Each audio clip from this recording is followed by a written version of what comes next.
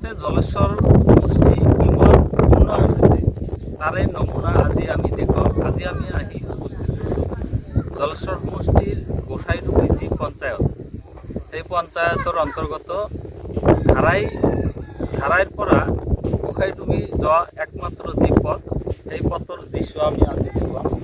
এয়া হৈছে গোসাইডুবিৰ পৰা ধাৰাই সংযোগী বা জলেশ্বৰৰ পৰা ধাৰাই হৈ গোসাইডুবি হৈ যি মেঘালয় সংযোগী সেই পথ আৰু এই পথটো 2020 চনত যেতিয়া মাথাউৰি ছিঙি গৈছিল তেতিয়াৰ পৰা এতিয়ালৈকে বিধ্বস্ত অৱস্থাত আছে আৰু ইয়াৰ যি গাঁওবাসী আছে এই গাঁওবাসী এই পথটোৰ কাৰণে জমৰ যন্ত্ৰণা ভুগিবলগীয়া হৈছে। আজিলৈকে কোনো ধৰণৰ বিদায় হওক বা পঞ্চায়ত প্ৰতিনিধি হওক বা সাংসদে হওক এই পথটোৰ কিন্তু কোনো ধৰণৰ মেৰামতিৰ ব্যৱস্থা গ্ৰহণ কৰা নাই। তাৰ বাবে এই অঞ্চলৰ ৰাইজে যে জমৰ যন্ত্ৰণা ভুগিবলগীয়া হৈছে স্কুলীয়া ছাত্ৰ ছাত্ৰীকে কওক এম্বুলেন্স সেৱাৰ পৰাও বঞ্চিত হৈ আছে এইসকল গাঁওবাসী। ইয়াৰে স্থানীয় লোক আছে আমি জানিম যে কিমান দিনৰ পৰা এই ৰাস্তাখন এনেকুৱা অৱস্থাত আছে। হয়, ৰাস্তাটো আজি 4 বছৰ পাৰেই হৈ গ'ল। 4 বছৰ পাৰ হ'ল, 5 বছৰত পৰিছে, কিন্তু আজিলৈকে আমি এইটো ৰাস্তা এনেকুৱা কষ্ট কৰিছোঁ। আমাৰ MLA আফতাবুদ্দিন মোল্লা চাহাব আজিলৈকে ইয়াত আহি পোৱা নাই। কিন্তু গোসাইডুবিৰ পৰা আমাৰ টিকিৰিগিলা এটা ৰাস্তা আছিল, এই ৰাস্তাটোত আধা চিল্লা দিব আহিছিল। তাতে কিন্তু আমাৰ কয়েকজন মানুহ মাতিছিল তাত যে আপুনি সেইফালে আহক আৰু কি, কিন্তু তেওঁ অহা নাই।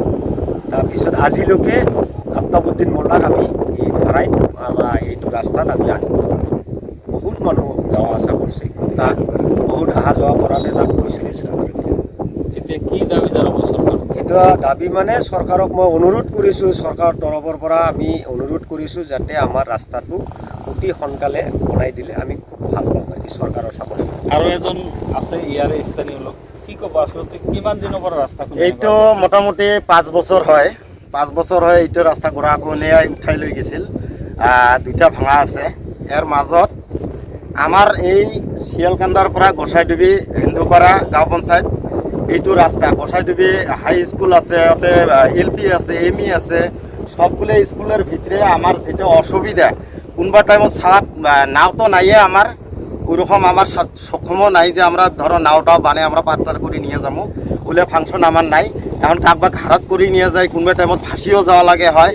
এত মানে অসংখ্য বিপদত পড়ি আছে। তো এই কারণে আমার সরকারের কাছে খুব অনুরোধ যাতে আমাকে অতি বলমে আমার সরকারে এটা ব্যবস্থা করে রাস্তাটা ঠিক করে হয়। এনেকৈ কিন্তু এনেকৈ যি এটা বাইক গৈ আছে আপোনালোকে দেখি আছে যে এনেকৈ কিন্তু ইয়াৰ গাঁৱৰ ৰাইজে চলাচল কৰি আছে। আৰু এটা ৰাস্তা নহয়, এইটো কালপাট আৰু আগত এটা মানে ছিঙি গৈছে ৰাস্তা। আৰু গোসাইডুবিলৈকে যোৱাৰ ধাৰাইৰ পৰা গোসাইডুবিলৈকে যদি যোৱাৰ একমাত্ৰ মূল পথ আৰু এটা পথ আছে যদিও সেই পথটো কিন্তু আজিলৈকে এনেধৰণৰ বিধ্বস্ত অৱস্থাত আছে 4 বছৰলৈকে। কিন্তু কোনো ধৰণৰ জনপ্ৰতিনিধি বিধায়ক কওক সাংসদে কওক এইসকলৰ ৰাইজৰ দুখ আজিলৈকে বুজি নাপালে। এনেকৈ কিন্তু পৰি থকা অৱস্থাত দেখা গৈছে 4 বছৰৰ পৰা। এতিয়া চৰকাৰে হওক বা বিভাগীয় ফালৰ পৰাই হওক বা বিধায়কে হওক বা জনপ্ৰতিনিধিয়ে হওক কেনেধৰণৰ ব্যৱস্থা গ্ৰহণ কৰে সেয়াই হ'ব লক্ষণীয়।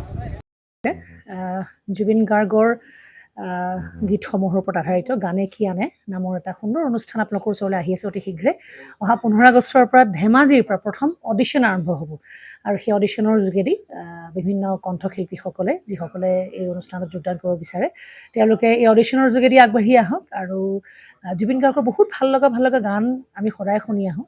আৰু আপোনালোকৰ যদি ভাল লগা গান থাকে জুবিন গাৰ্গৰ আপোনালোকে গাই ভাল পায় তেন্তে অডিশ্যনত যোগদান কৰক। মোৰ ফালৰ পৰা আন্তৰিক শুভকামনা থাকিল এই সম্পূৰ্ণ অনুষ্ঠানটোলৈ। ধন্যবাদ।